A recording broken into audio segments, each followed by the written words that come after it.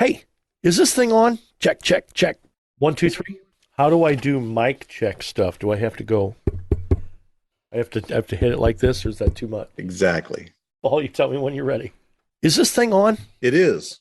So I recently found out that our recording engineer and editor, Paul, has a secret file of recordings that he calls From the Back Seat. Wait, what? So we're just rambling on about car stuff. He's still recording? Yep. Oh, that can't be good. Turns out it's not that bad. What you were about to hear are some of these recordings. Disclaimer: no car guys were hurt during the making of this episode. Put on your seatbelt. Here we go. And boom goes the dynamite. Ladies and gentlemen, welcome back to another great episode of the Get Out and Drive podcast. My name is Jason, old car guy car. I am John, custom car nerd Meyer. All right, Jason, you know I write copy for online car auctions for autohunter.com, right? Absolutely. We do a lot of them things, like over 100 a month, right? So the other day I was tired. My lovely wife let me sleep in. I should have been doing my job. When I got back to my desk, I realized that she had taken it upon herself to decode the trim tag on a car we were writing about. I thought I was dreaming. I came back and I thought to myself, I'm like, I think my nerdiness is rubbing off on her. It brought a tear to my eye, and I couldn't even begin to think about what it's like being married to a car nerd. And we were talking about that a little bit earlier. How do you think it would be? It would be awesome to have our wives on and tell people secretly about all the crap that we put them through. You know what? That would make a ridiculously stupid episode, but I'm on it. Let's do it. Yes. Yes, I'm afraid. First of all, be afraid. Be very afraid. I think that we should do this because I think the world needs to know how hard of a job it is to be a car guy and have a wife that allows you, to some degree, to do what you do, to be a car guy and to get their take on things. I think that this is going to be a fun episode. I'm really looking forward to it. Well, I always get berated, and everyone, and especially my wife Joanne, she says that it doesn't stop. Anytime I talk about things or do something or whatever, she said it doesn't stop. And I think that's true, and I was afraid to tell her about the things that I don't say. And she has to remind me that we're sitting, at dinner watching the television doing something, and I'm reading something or learning more information about some kind of stupid part of a car that no one's ever going to know about. Well, try going to a family function when you work with your dad, and the topic of conversation always turns back to cars. Mm-hmm. The women are over here making fun of us. We're over here solving all the world's problems. Right.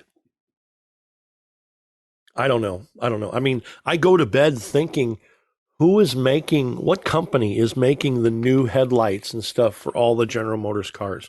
Because every General Motors car I've seen since 2008 has one headlight out. It totally does. Why? Why has this person not been fired? Because I truly believe that GM's philosophy on car building in the modern era is to get you through the warranty period so that when things start going wrong, you go back. We've talked about this in previous episodes. Yep. I totally believe that is that, planned obsolescence. Planned obsolescence. If you want to get people to buy more cars, make them trash after the warranty runs out. Wow. Yeah. I don't know. I don't know. Good job, GM. Right. I don't understand. It's maybe one of our listeners has better answers, or they have a good reason why all the GM cars have one headlight out. Now, Jason, I know from writing copy and writing auctions for autohunter.com, we come across a lot of people that they know a lot about their cars, and they want us to tell us They wanted to tell us about every little nut and bolt. And I ran across something I never had to say before. We had a vehicle the other day that had a kilometer speedometer, and it was being sold in the United States. I had no idea. How to address Canadian mileage. Jason, what the hell do we do? We figured it out? What happened? We did. So the Canadian vehicle was being advertised, and you had the kilometers written, and you just didn't know what to call it. And so I get a text, and it's like, Jason, what, like, how do we address this? And I'm like, well, what are you talking about? Well, how do Canadians, talk about the mileage of a car? Is it kilometerage? And I'm like, no, you idiot, it's not kilometerage. We still go by mileage no matter what the discount or exchange is. I mean, come on. we we I had to ask you because I looked it up on a search and it said kilometrage. I'm like, what the hell is kilometrage?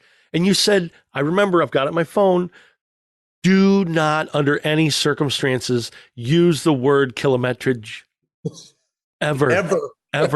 You could say anything you wanted to say other than kilometrage.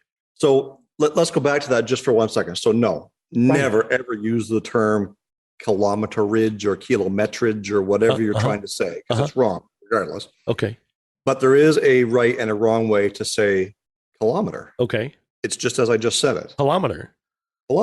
It's not kilometer. Not kilometer. Right. Although some people will try and say that. And that's regional as well. But yes, it's a kilometer, not a kilometer. Well, it's like our former President Bush not knowing how to say nuclear. Nuclear. It's nuclear. It's not nuclear. Nuclear. Kilometer. Is the way we say it. It's kilometer. Because any other way wouldn't be prudent. Wouldn't be prudent. Not at this juncture. Well, very cool. And whoa, what was the other one we saw? Oh, somebody, and we do a lot of work where things are voice to text and people just push send without even looking at anything. And I asked Jason how much it would cost to repair my Thunderweld. And look, so he sends me the ad and I'm reading through it and I'm trying to read it like a yokel and trying to put the words together. And it gets to this point and it said Thunderweld. And I'm thinking, if I put my Southern accent on and I try and say that word, what does it sound like?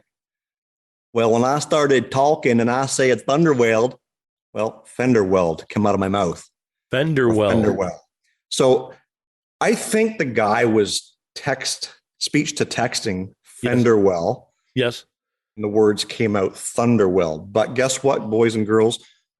From now on, those Thunderwelds are spot welded to a T. That is true. They are spot welded to a T. I was just completely taken aback. And I think Joanne and I laughed for like an hour and a half, crying, tears shooting out of my eyes about what is a Thunderweld. And the fact that I actually stumped you and got you to call me back and said, seriously, what are you trying to say?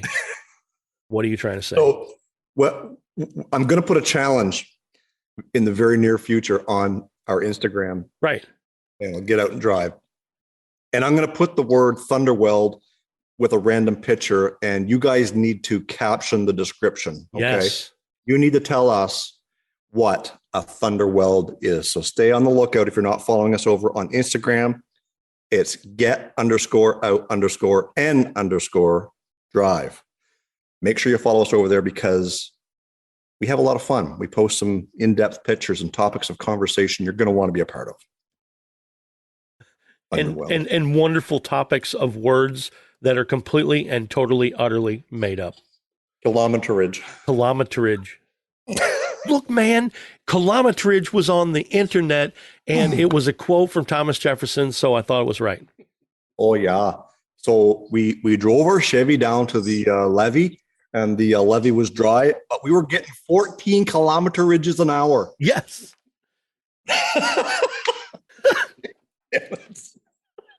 Converted, that's like 11 miles an hour, right? Yeah. We don't even use kilometers per gallon because there's not really a gallon when we're measuring fuel. I mean, Right. yeah, there's the imperial gallon, but Right. it's how many liters per 100 kilometers does your car get?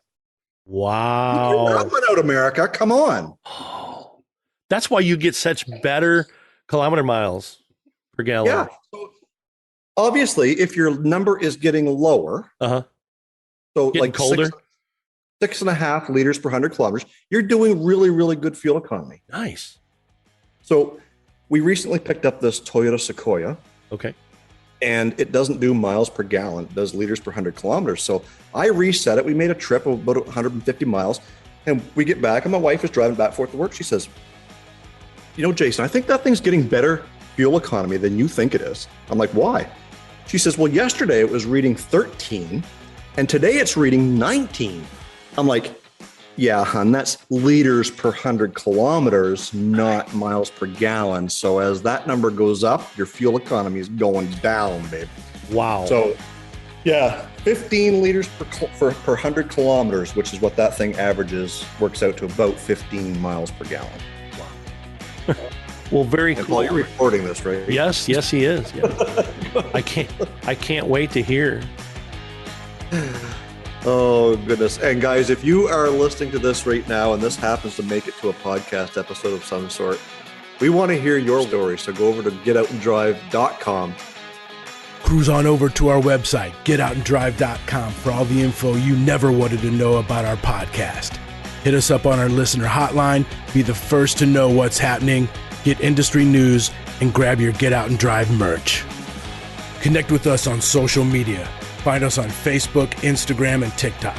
Follow us on Twitter at Get Out and Drive Pod. What drives you?